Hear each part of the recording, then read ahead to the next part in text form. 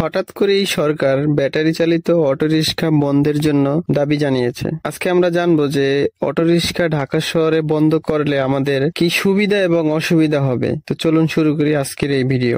তো প্রথমেই বলবো যে অটোরিকশা যদি এখন সরকার হুট করে বন্ধ করে দেয়, সেই ক্ষেত্রে সাধারণ মানুষ যারা এই অটোরিকশাটা চালায় তারা বড় ধরনের একটা ক্ষতির সম্মুখীন হবে।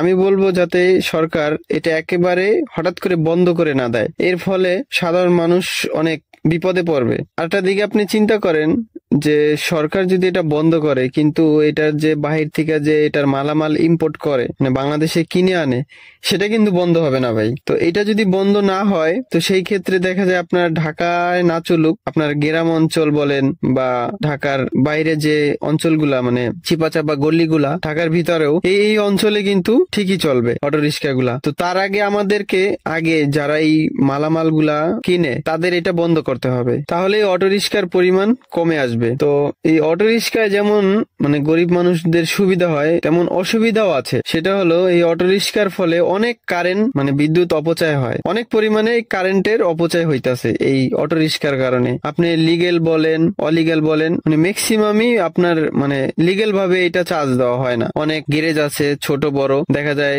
সরকারি লাইন টানার ওইখান থেকে কারেন্ট নিয়ে ওরা চার্জ দিতেছে। তো বড় ধরনের একটা বিদ্যুতের ঘাটতি দেখা দেয়। আপনি যদি এটা লিগেল ভাবে বলেন যে সরকারের মিটার থেকে আপনার ডাইরেক্ট টাকা দিয়ে আর কি বিদ্যুৎটা নিতেছে অটোরিকশায়, তো সেই ক্ষেত্রেও আমি বলবো যে এটাও এক ধরনের অপচয় হইতাছে বিদ্যুতের। কারণ আপনি পায়ের রিক্সা চাইলেই আপনি চালাইতে পারতেছেন, পা দিয়ে প্যাডেল দিয়ে দিয়ে। তো সেই ক্ষেত্রে কি কারণে মনে করেন যে এরকম ব্যাটারি পুরাইয়া তারপরে আপনার চালান লাগবো। আর এই অটোরিকশা গুলো এখন যেই পরিমাণে মেন রোড বলেন, সব ধরনের রোডে ভাই ওরা এখন চলাচল শুরু করে দিছে। তো আমার দৃষ্টিতে আমি বলবো যে এটা অটোরিকশাটা আসলে বন্ধ করা উচিত, কিন্তু একেবারে না, সীমিত আকারে কমায় নিয়ে আসা উচিত। আর একটা হলো যে অটোরিকশা গুলো এখন মানুষ চালাইতেছে, যে রোডে রানিং আছে, ওই অটোরিকশাদের একটা লাইসেন্স করা উচিত। লাইসেন্স করে একটা সীমানা দেওয়া উচিত যে তোমরা এই সীমানার ভিতরে চালাইতে পারবা। তাহলে দেখা যায় কি যে এই লাইসেন্সের মাধ্যমে সরকারও লাভবান হবে, সরকারও এখান থেকে টাকা পাবে, একটা রাজস্ব আয় হবে সরকারেরও। আর সাধারণ যে মানুষগুলো আছে তাদেরও একটা কর্মসংস্থানের সৃষ্টি হবে। আর একটা যারা যে প্রতিবন্ধী,